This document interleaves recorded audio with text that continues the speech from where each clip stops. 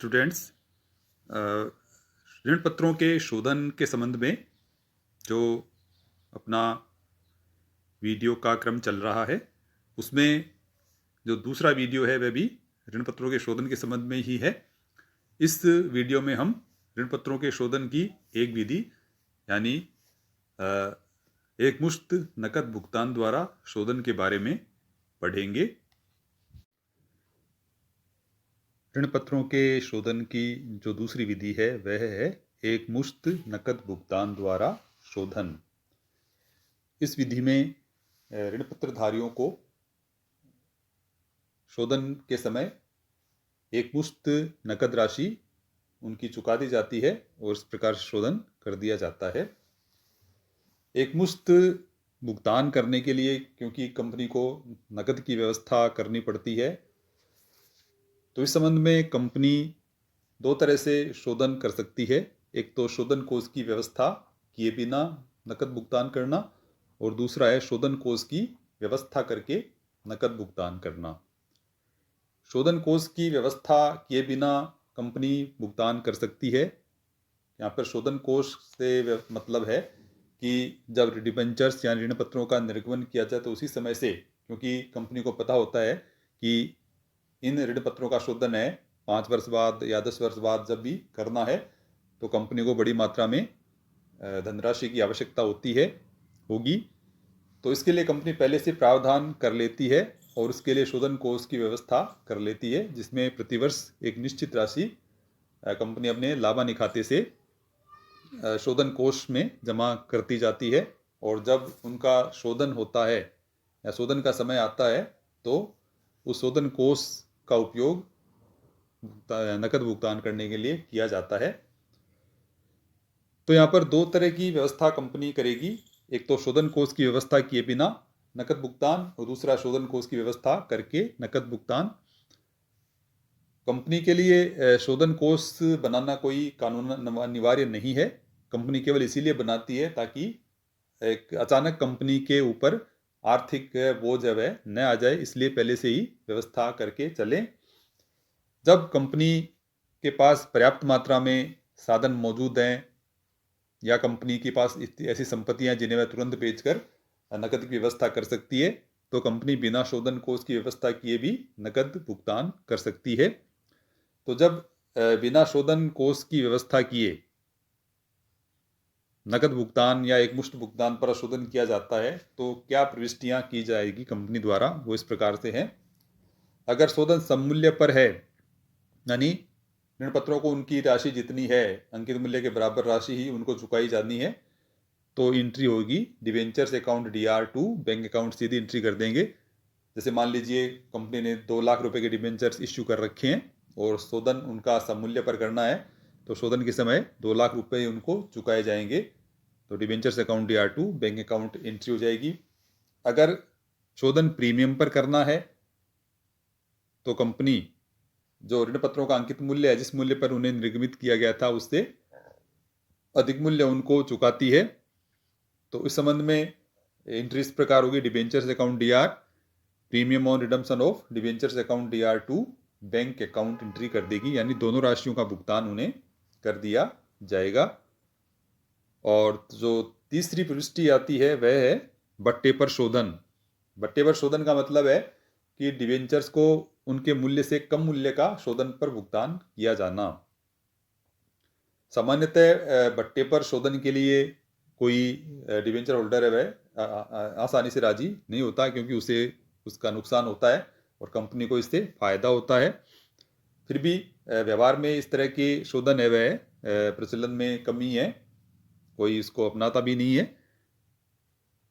तो बट्टे पर शोधन के लिए जब एंट्री करनी होती है तो क्या एंट्री की जाएगी, क्योंकि यहाँ पर जो बट्टा है कंपनी के लिए फायदा है तो कंपनी उसे जमा करेगी। तो इसके लिए एंट्री होगी debentures account DR2 bank account और to profit on redemption of debentures account. जैसे मान लीजिए 100 रुपये का डिबेंचर है और कंपनी ने 90 रुपये पर शोधन किया है, तो 10 रुपये का कंपनी को फायदा हो गया। तो यहाँ पे डिबेंचर्स अकाउंट डेबिट करेगी 100 रुपये से और टू बैंक अकाउंट क्रेडिट करेगी 90 रुपये से और to profit on redemption of debentures account को क्रेडिट करेगी 10 रुपये से। तो इस प्रकार से शोधन कोष की व्यवस्था किए बिना जब नकद भुगतान करना हो तो शोधन पर ये प्रविष्टियाँ अलग अलग तरह से की जाती हैं। सममूल्य पर शोधन है तो प्रविष्टि क्या होगी, प्रीमियम पर शोधन है तो प्रविष्टि क्या होगी, और यदि बट्टे पर शोधन है तो प्रविष्टि क्या होगी, ये सब आपने देखा। एक मुश्त नकद भुगतान द्वारा ऋण पत्रों के शोधन के संबंध में जो दूसरी व्यवस्था है वह है शोधन कोष की व्यवस्था करके एक मुश्त नकद भुगतान करना। इसमें ऋण पत्रों के शोधन के लिए ऋण पत्रों के निर्गमन वाले वर्ष से ही एक शोधन कोष यानी डिबेंचर सिंकिंग फंड या डिबेंचर रिडम्पशन फंड की स्थापना कर दी जाती है, जिसमें प्रतिवर्ष लाभ हानि नियोजन खाते से एक निश्चित राशि इस फंड में ट्रांसफर की जाती है, और इसके बाद ये जो राशि है जो इस फंड में ट्रांसफर की गई उसको सिक्योरिटीज में, प्रतिभूतियों में विनियोजित कर दिया जाता है, जिससे ब्याज की प्राप्ति भी होती है। ये जो सिंकिंग फंड है ये भी दो प्रकार का होता है, यानी शोधन कोष है वह दो प्रकार का होता है, संचयी शोधन कोष और दूसरा असंचयी शोधन कोष, कुमुलेटिव सिंकिंग फंड और नॉन कुमुलेटिव सिंकिंग फंड।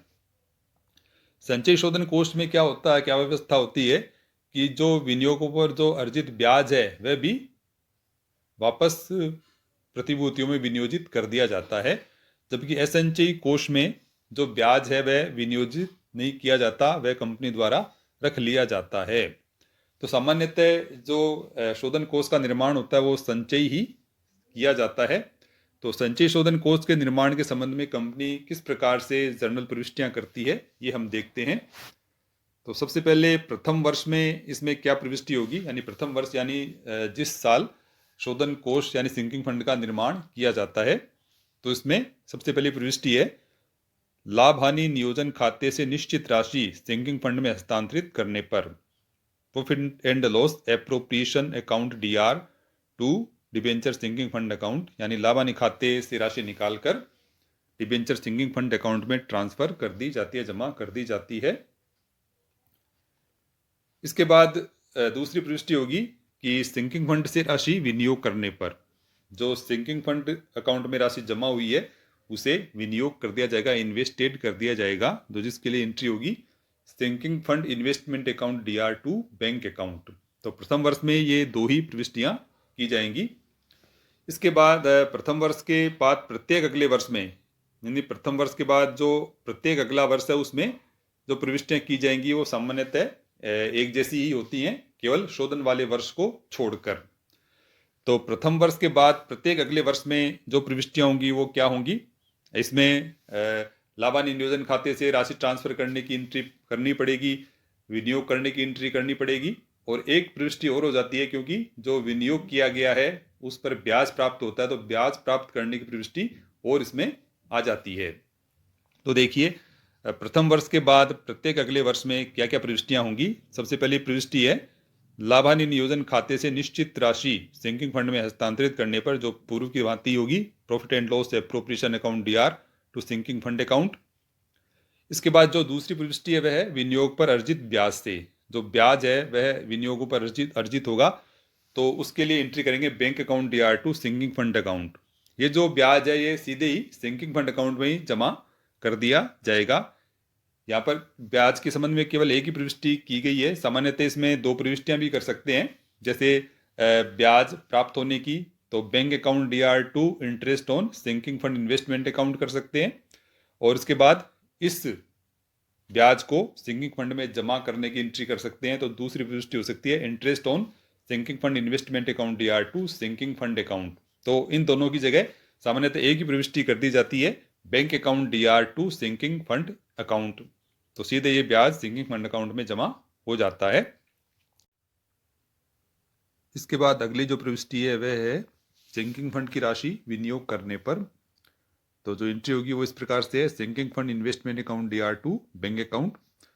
यहाँ पर जो इन्वेस्टमेंट की राशि होगी उसमें जो लाभ हानि नियोजन खाते से सिंकिंग फंड में ट्रांसफर की गई राशि वो प्लस जो ब्याज की राशि है दोनों का योग है वह विनियोग किया जाएगा। यानी इस प्रविष्टि में विनियोग राशि है वह लाभ हानि नियोजन खाते में से नियोजित की गई राशि तथा शोधन कोष विनियोग पर संबंधित वर्ष में प्राप्त की गई ब्याज की राशि के योग के बराबर होती है। अर्थात दोनों राशियों को मिलाकर विनियोग कर दिया जाता है। यानी जो लाभांश नियोजन खाते से निकाली गई राशि जो सिंडिकेट फंड अकाउंट में जमा करी गई है वह, और जो उस वर्ष में विनियोगों पर अर्जित ब्याज की राशि है, वो दोनों राशियां एक साथ विनियोग कर दी जाती हैं। ऋण पत्रों के शोधन वाले वर्ष में, यानी इससे पहले जो भी प्रविष्टियां होंगी प्रथम वर्ष के बाद में और प्रत्येक वर्ष शोधन कोष से पहले वाले वर्ष तक, वो सभी प्रविष्टियां, यही 3 प्रविष्टियां सामान्यतः होंगी कि लाभांश नियोजन खाते से राशि सिंकिंग फंड में ट्रांसफर करने की, और विनियोगों पर ब्याज प्राप्त करने की, और राशि को विनियोग करने संबंधी 3 प्रविष्टियां होंगी। इसके बाद जब शोधन वाला वर्ष आता है तो शोधन वाले वर्ष में कौन कौन सी प्रविष्टियां होंगी? तो शोधन वाले वर्ष में प्रतिवर्ष की भांति प्रथम 2 प्रविष्टियां अर्थात लाभांश नियोजन खाते से शोधन कोष में राशि स्थानांतरण एवं शोधन कोष विनियोग पर अर्जित ब्याज प्राप्त करने की प्रविष्टियां की जाएंगी, लेकिन विनियोग करने की प्रविष्टि नहीं की जाती है। यानी जो प्रथम 2 प्रविष्टियां हैं वह तो की जाती हैं, लेकिन शोधन वाले वर्ष में राशि विनियोग करने की प्रविष्टि नहीं की जाती है। यानी शोधन वाले वर्ष में विनियोग है वह नहीं किया जाएगा। इसके बाद जो अन्य प्रविष्टियां होंगी वो कौन सी होंगी?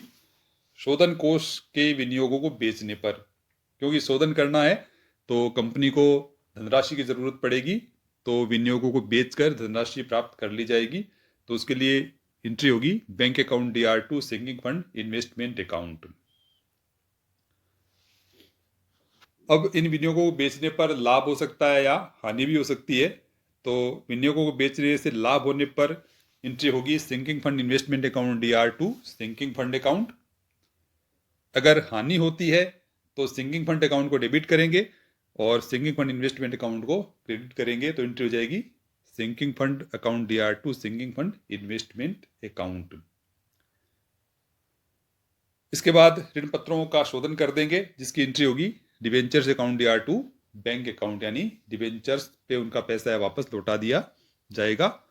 और जो सिंकिंग फंड अकाउंट का शेष है, क्योंकि सिंकिंग फंड अकाउंट में अभी बैलेंस है वह रहेगा, तो सिंकिंग फंड अकाउंट का जो बैलेंस है वह जनरल रिजर्व में ट्रांसफर कर दिया जाएगा।